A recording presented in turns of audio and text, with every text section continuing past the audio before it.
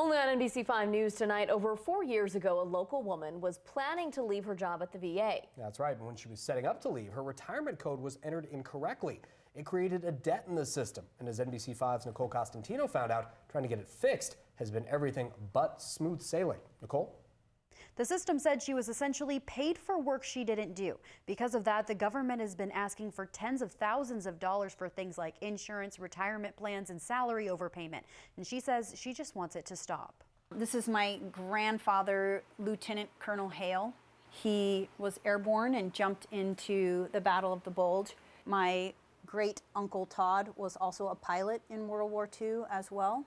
Marna Mitchell comes from a military family. She even had relatives serve in the Revolutionary and Civil Wars. My dad served on the USS Turner Joy, which fired the first shot and last shot of the Vietnam War. My stepdad was in the Navy on the USS Saratoga. Blood clots forced her to give up her dream of active duty, so she decided to follow in her mom's footsteps and work at the VA office in White City. After 5 years as a dental assistant, Mitchell decided it was time for a change in 2015. Somebody from Human Resources came up to let me know that they had made a mistake inputting numbers for retirement. The coding was wrong. She says the error instantly deleted a year's worth of her work history. Now the Defense Finance and Account Service, also known as DFAS, which handles VA finances, says she owes the government money. The computer sent letters to my insurance companies saying they paid me when I wasn't working. And then the insurance companies sent letters to the doctor's offices. So it was a snowball effect that happened very quickly. DFAS says the money owed comes from things like insurance, retirement plans, and salary overpayment, totaling over $20,000. I want more than anything to just be able to put this behind me. In August 2015, the VA-sourced interim director wrote Mitchell detailing the HR error at the VA. She said they fixed the problem. Mitchell's balances had been resolved and all remedy actions were complete. But then in September, more letters came in. Letters that threaten her savings accounts, wages being garnished, taking benefits from her. David de Villeneuve is a trial attorney who says he's dealt with issues like this before. He's working with Mitchell.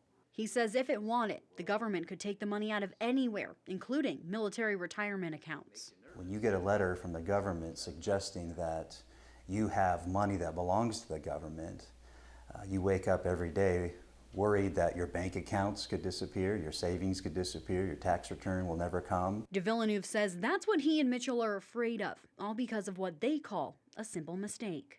We have correspondence from the government where they admit that this is the mistake that they created. And it seems that on occasion someone will make some efforts to fix the problem, but it isn't getting fixed, it isn't getting done, and 4 years later, Marna's still waking up every day wondering if her savings account's going to disappear or her benefits are going to disappear. Mitchell says since 2016, no more progress has been made. The last letter she received was in June of 2018. If they could just stop and not make any more mistakes and let me move on, I would be so happy. Though both want it to stop, they're not afraid of taking legal action. We are trying to convince the government to fix their own mistake and leave Marna alone. While she feels like things are at a standstill, Mitchell says she's appreciative of the VA's help. I'm just looking forward to having this finished, settled, done, so that I can, with certainty, move on and know that I can finally put this behind me. We reached out to DFAS and the VA for comment. They both said they couldn't talk about specifics due to privacy, but would look into it to try to help and get a resolution. Live in studio, Nicole Costantino, NBC5 News.